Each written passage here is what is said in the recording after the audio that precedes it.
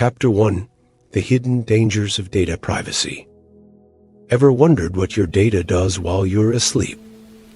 Or where it goes when you click agree? Imagine yourself as a book filled with chapters and chapters of your life. Each page represents a different aspect of you, your likes, dislikes, habits, hobbies, and so much more. Now imagine that book being open for anyone to read without your permission. Sounds unsettling, right? That's what happens when we don't take data privacy seriously. In today's digital era, our personal information is like currency. It's traded, sold, and used in ways we often don't understand. Every time we download an app, create an account, or even just browse the web, we leave digital footprints. These footprints can be collected, analyzed, and used to build a detailed profile about us. This isn't necessarily sinister. Sometimes it's quite useful. It can help customize our online experiences, making them more relevant and enjoyable. But there's a darker side to it too. Our personal data can fall into the wrong hands. Cybercriminals can use it to commit identity theft, fraud, and other malicious activities. Corporations can misuse it to manipulate our behavior or decisions. Governments can exploit it to surveil and control. These are the hidden dangers of data privacy, lurking beneath the surface of our everyday digital interactions. And the stakes are even higher when data breaches occur. These incidents can expose sensitive information on a massive scale, affecting millions of people at once. The consequences can be devastating, ranging from financial loss to ruined reputations. Understanding where and how our personal data is used online isn't just a luxury. It's a necessity. It's about preserving our rights, our freedom, our identity. It's about maintaining our autonomy in a world that's increasingly interconnected and digitized. No one should be able to read your book without your consent. Your personal data belongs to you, and only you should decide who can access it and how it's used. After all, in the digital world, your data tells a story about you. Wouldn't you want to control that narrative? Chapter 2: The Ethics of Data Collection. In an age where data is gold, who really owns the mine? It's a question we can't afford to ignore. As we navigate our digital lives, we leave behind a trail of data breadcrumbs. These pieces of information, when collected and analyzed, form a detailed picture of who we are, what we do, and even what we might do in the future. But who gets to see this picture? And more importantly, who gets to use it? Let's talk about the giants in the room, big tech companies. They collect mountains of data every day, from our search history to our shopping habits. Ostensibly, this data is used to provide us with better, more personalized services. But is that all there is to it? We've invited a data privacy expert to shed some light on the matter. The ethical implications of data collection are vast, they say. While data can indeed be used to improve services, it can also be used to manipulate consumer behavior, influence elections, and even infringe on personal freedoms.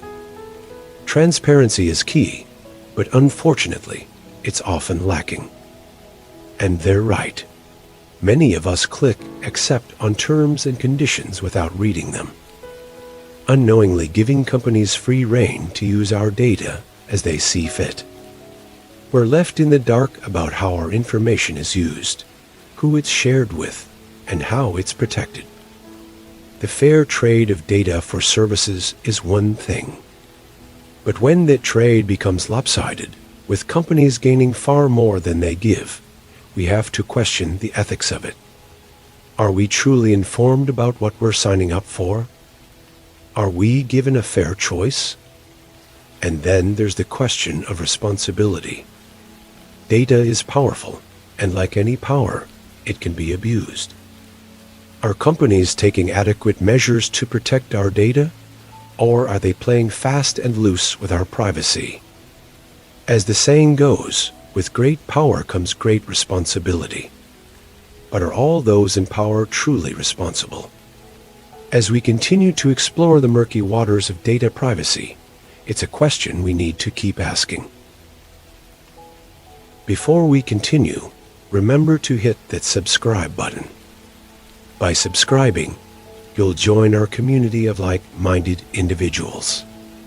Together, we can achieve success and wealth as we learn, grow, and support each other. Click subscribe now, and let's dive back into today's topic. Chapter 3: The Impact of Data Breaches. What happens when the digital vault is cracked open? Who pays the price? The impact of data breaches is a ripple effect that reaches far beyond the initial victims. It's a grim reality of our digital age, and it's a topic worth delving into. Let's consider a hypothetical scenario. A large online retailer suffers a data breach. Personal information of millions of customers, from email addresses to credit card numbers, is stolen. The immediate victims, of course, are the customers. They may suffer financial loss, identity theft, and the emotional stress of knowing their personal information is in the wrong hands. But the impact doesn't stop there. The retailer is also a victim. They face financial penalties and the cost of implementing improved security measures. They may lose the trust of their customers, leading to a drop in sales. Their reputation may be irreparably damaged. And what about the ripple effects? Banks and credit card companies must reissue cards, monitor for fraudulent activity, and handle customer queries and complaints. They, too, bear the cost of a data breach. Now, let's turn from the hypothetical to the real world. We've seen these scenarios play out in high-profile breaches over the last few years. Billions of people have had their information compromised, and the fallout is still being felt. So, what can be done to prevent and respond to data breaches? For that, we turn to our cybersecurity expert. They emphasize the importance of robust security measures, from strong encryption to regular system audits. They stress the need for companies to have a response plan in place, ready to swing into action the moment a breach is detected. For individuals, they recommend being vigilant about online security, using strong, unique passwords, and enabling two-factor authentication whenever possible. Remember, the fallout of a data breach is more than just numbers and statistics. It's about people's lives being disrupted. And as we continue to live our lives increasingly online, the importance of data security cannot be overstated. Chapter 4: Take control of your data. If data is the new oil, shouldn't you be the one controlling your reserves? In the vast digital landscape, it's easy to feel like a small speck lost in a sea of information. But you're not just a speck. You're a gold mine, a reservoir of valuable data. And it's high time you took control. So, how do you do that? The first step is as simple as it is crucial: strong passwords. No, password 1 to 3 doesn't cut it. Think unique, think complex. Combine letters, numbers, and special characters. Make it a sentence, a quote, a line from your favorite song. The stronger your password, the harder it is for cyber pirates to crack it open. But don't stop there. Double down on your security with two-factor authentication. It's like a secret handshake between you and your online accounts. Even if someone guesses your password, they'll still need that second piece of the puzzle to access your data. It's an extra step, but one that could save you from a world of trouble. Now, You might be thinking, I've got strong passwords. I've got two-factor authentication. I'm all set. But remember, the digital world is ever-changing, and you need to stay informed.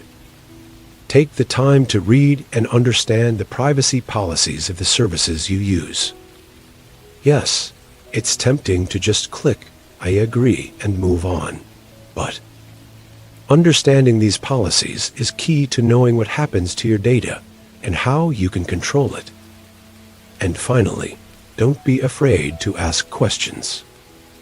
If a service doesn't clearly explain how they're using your data, reach out. Ask for clarification.